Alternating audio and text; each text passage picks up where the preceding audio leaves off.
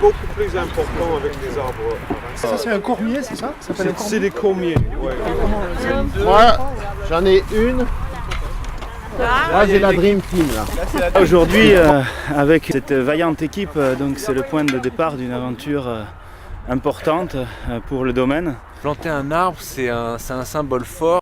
Une aventure qui en fait a pour objectif toujours de réaliser les meilleurs vins qu'ils soient, tout en limitant notre impact environnemental. Poussez-vous un peu qu'on aligne celui-là. Ces arbres, ayant 60 ans, je peux estimer que dans 30 ans, ils seront plus miens. Donc la question est de savoir à qui ça profite, et il faut que ça profite au plus grand nombre.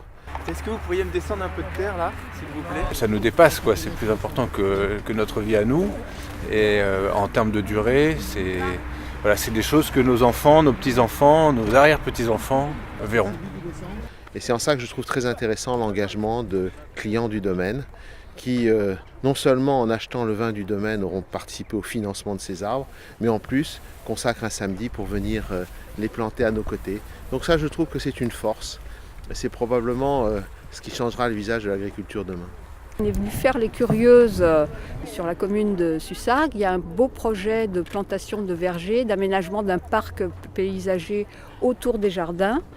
Et on voulait voir concrètement comment on fait des plantations d'arbres, quels critères il faut avoir en tête pour qu'ils se développent ensuite le mieux possible. Planter les arbres, c'est plus compliqué que planter des vignes? Non, plus facile. La vigne, ça demande un peu plus de temps, d'alignement et bon, ça demande un peu plus de temps. Les arbres, c'est un peu de boulot debout. Bon, après, les arbres, on n'a pas seulement qu'à arroser. Donc, on n'a pas vraiment d'autres choses à faire. C'est droit? Ouais. C'est difficile, c'est fatigant? Pas trop, pas très fatigant. Il ne faut pas casser les racines. Il ne faut pas oublier de tailler les arbres au moment de la plantation parce que ça aide beaucoup la reprise. Et quand on tasse le sol autour de l'arbre, il faut faire attention qu'il n'y a pas des poches d'air près des racines. En plantant des arbres, on aura un meilleur vin. Non, pas directement. En fait, donc on va planter des arbres, ce qui va nous permettre de réduire la pression de nuisibles. On essaie de cloisonner un peu les 20 hectares de vignes pour que ça devienne des petits clos isolés les uns les autres par la végétation. On m'a déjà expliqué que justement ça servirait par exemple à accueillir des chauves-souris. Ça sera pas mal. Et puis bien sûr ça augmentera un peu la biodiversité ici.